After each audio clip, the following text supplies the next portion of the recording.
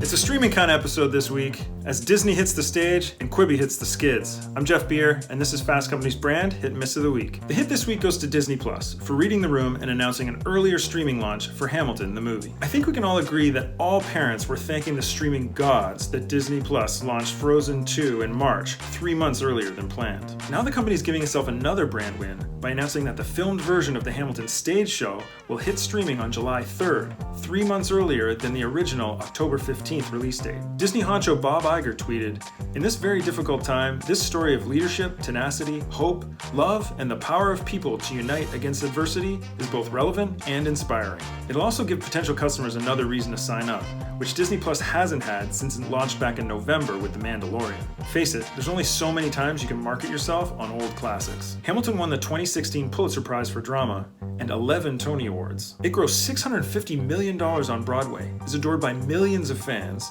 and became a bona fide cultural phenomenon. This is both an ambitious experiment to see if a Broadway blockbuster can translate to the screen still in stage form, but also if that could become a streaming hit. Obviously, those are yet to be answered, but as a brand move, it's a well-timed boost. The miss this week goes to Quibi. The new short-form streaming platform launched on April 6th, but its target market of making content for commuting users doesn't really jibe with our new stay-at-home reality, and the numbers so far reflect that. So far, the app has been installed by between 2.9 million and 3.5 million people, depending on who you ask, with about 1.3 million active users. This isn't exactly gangbusters for a startup that raised $1.8 billion and then went on a content spending spree, recruiting names like Jennifer Lopez, Chrissy Teigen, LeBron James, Steven Spielberg, and don't forget the Super Bowl ad. What lands Quibi on the miss list this week, however, is how co-founder Jeffrey Katzenberg seems to be putting all the blame for the platform's problems so far on the pandemic.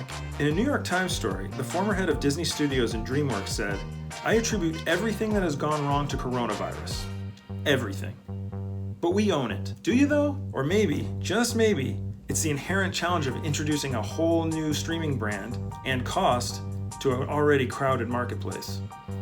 Obviously, this one interview is not a fatal brand blow, but what it does do is further drive the narrative of Quibi as a hubristic exercise, as much as it already owned that label for banking on a strategy that essentially says let's spend our way to entertainment success. That's it for this week. Let us know your brand hit and miss picks.